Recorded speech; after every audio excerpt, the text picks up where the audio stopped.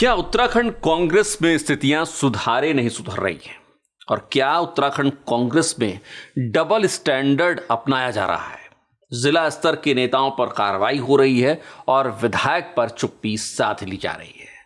और क्या उत्तराखंड कांग्रेस चाहकर भी एकजुट नहीं हो पा रही है? नमस्कार, आप देख रहे हैं खबर उत्तराखंड पर पावर सेंटर का शो। मैं हूं आशीष तिवारी।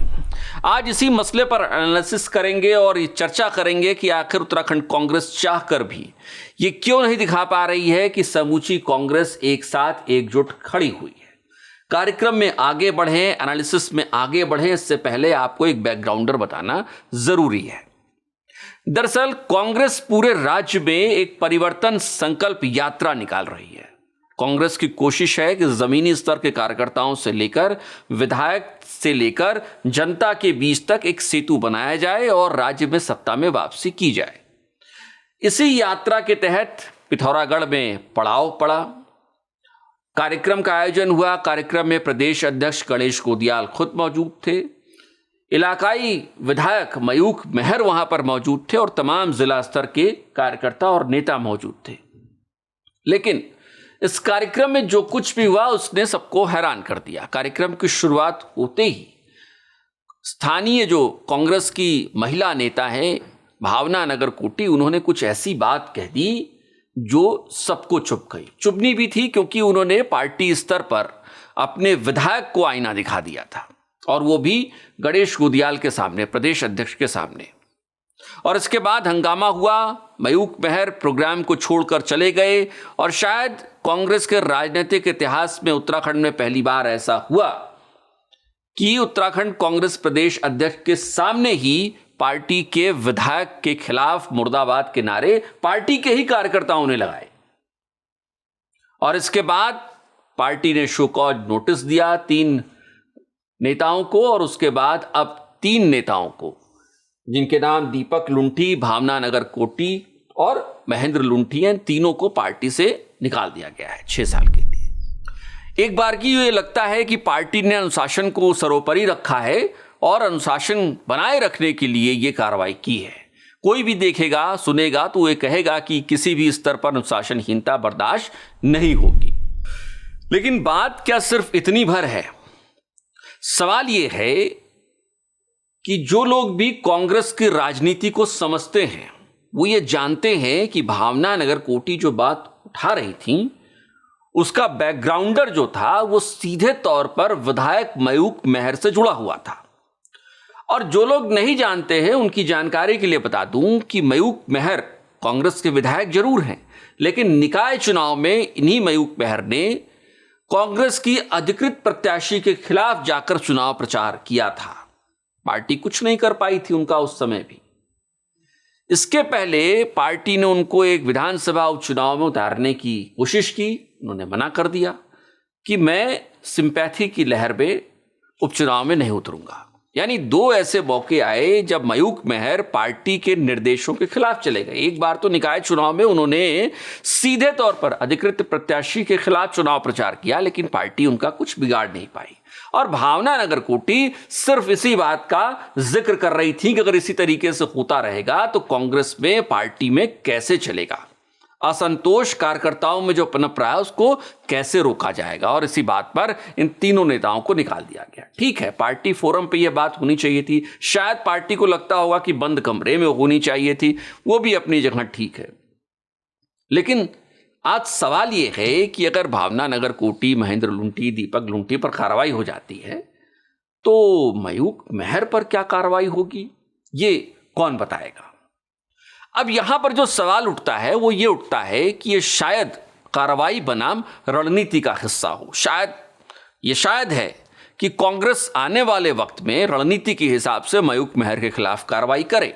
लेकिन हो सकता है कि इस वक्त कार्रवाई न की जा रही हो, विधानसभा चुनाव के परिणामों के मद्देनजर या विधानसभा चुनाव की तैयारियों को लेकर कोई कार्रवाई सीधे तौर पर मौजूदा विधायक मयूख मेहर के खिलाफ न हो रही हो और आने वाले समय में कोई कार्रवाई आपको दिखे।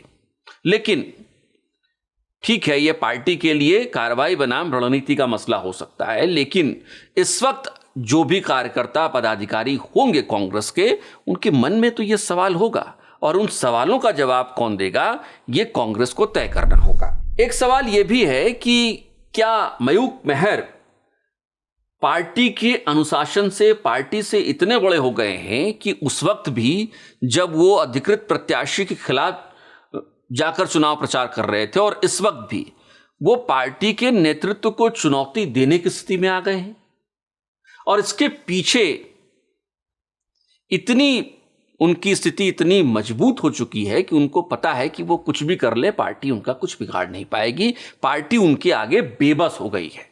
शायद ये संदेश तो नहीं है मयूख मेहर देना चाहते हो।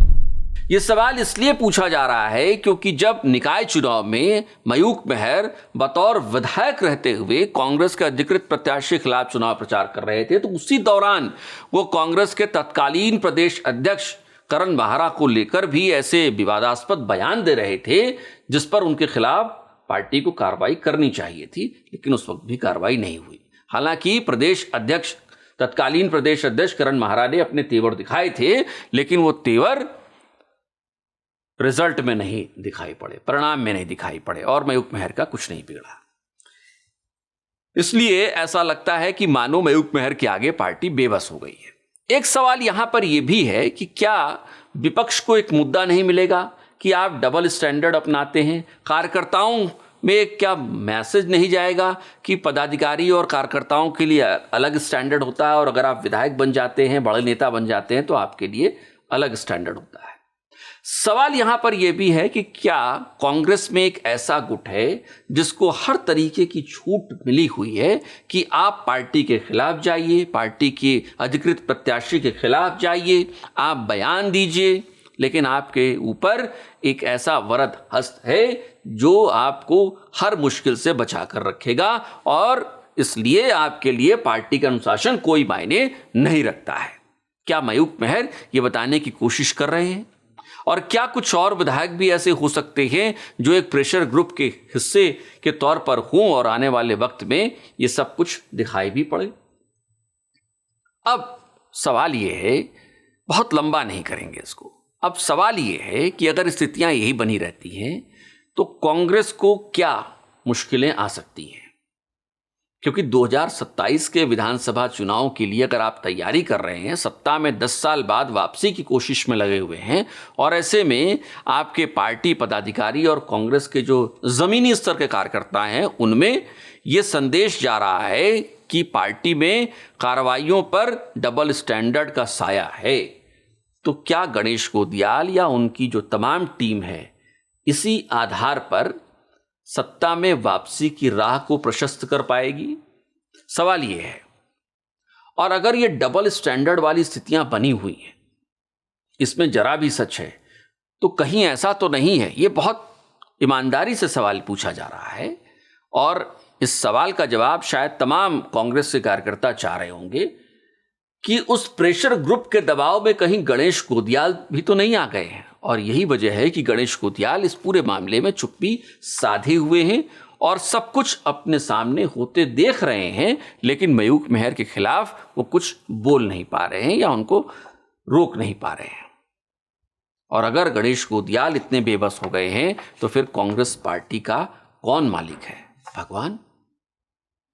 ये सवाल आपके लिए छोड़े जा रहे हैं कि 2027 में कांग्रेस की जीत की राह क्या ऐसी डबल स्टैंडर्ड से निकल पाएगी? क्या विधायक पार्टी से बड़े हो गए हैं और पार्टी उनके खिलाफ कोई कार्रवाई की हिम्मत नहीं जुटा पा रही? और ऐसे में क्या कांग्रेस वाकई में 2027 में अपनी स्थिति को सियासी तौर पर मजबूत बना पाएगी? कमेंट बॉक्स आपके लिए है, अपने कमेंट ज़रूर रखिएगा, डबल स्टैंडर्ड पर अपनी बात ज़रूर बताएगा हमें। लेकिन आखिर में आपसे एक और गुजारिश कि अगर अब तक आपने चैनल को सब्सक्राइब नहीं किया है तो चैनल को सब्सक्राइब करना और बेल आइकन दबाना बिल्कुल मत भूलिएगा, क्योंकि उत्तराखंड की राजनीतिक खबरों का एनालिसिस पावर सेंटर में होता है। नमस्कार।